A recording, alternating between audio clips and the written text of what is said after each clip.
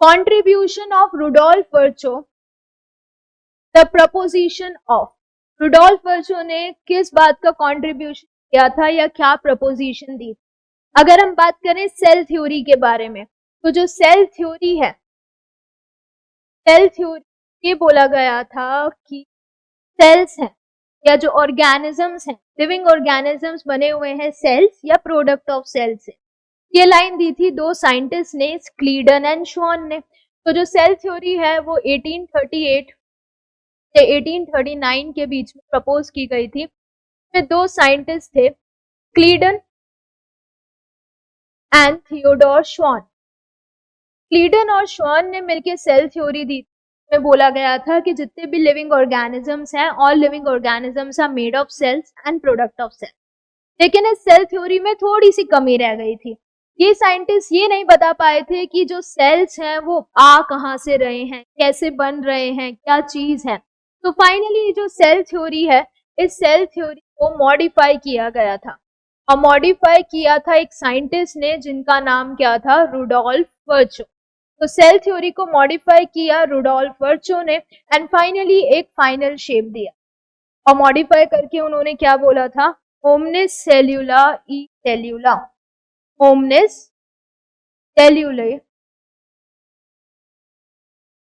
सेल्यूला। इसका मतलब क्या हो जाएगा कि जितने भी नए सेल्स हैं वो ऑलरेडी प्री एग्जिस्ट सेल्स से बनकर आ रहे हैं।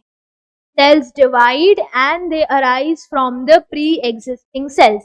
एंड इस लाइन को ऐड करके फाइनली जो सेल थ्योरी है उसे एक फाइनल शेप दिया गया।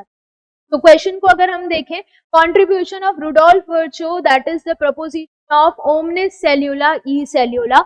इसका मीनिंग भी दिया है कि जो ऑल सेल्स हैं they arise from the pre existing cell divide करके। स्टेटमेंट बिल्कुल सही है।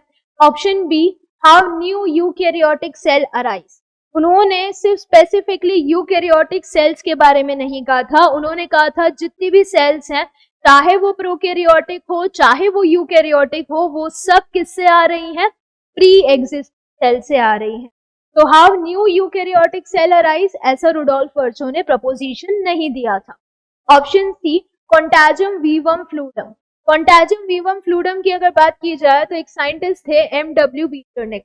उन्होंने वायरस के ऊपर काम किया था, एक टोबैको प्लांट लिया था जो कि इन्फेक्टेड था, तो फ्लूइड निकाल के हेल्दी प्लांट में डाला, और उन्होंने ये देखा कि वो जो फ्लूइड जब हेल्दी टोबैको प्लांट में गया तो वो हेल्दी टोबैको प्लांट भी इन्फेक्ट हो गया था। और इसी फ्लूइड के लिए उन्होंने क्या बोल दिया था, contagium fluidum, that is living infectious fluid. और ये लिविंग इन्फेक्शियस फ्लूइड आ कहां से रहा था, वायरस के इन्फेक्शन। तो ये रुडोल्फ वर्चो का प्रपोजिशन नहीं था, तो ये स्टेटमेंट गलत हो जाए। Option D, how virus is divide, ये भी रुडोल्फ वर्चो ने नहीं कहा था। फाइनली जो रुडोल्फ वर्चो का प्रपोजिशन था जिससे सेल थ्योरी को एक फाइनल शेप मिला था, वो क्या था, omnis cellula e cellula, all cells arise from the pre existing cells. तो हमारा आंसर क्या हो जाएगा, ऑप्शन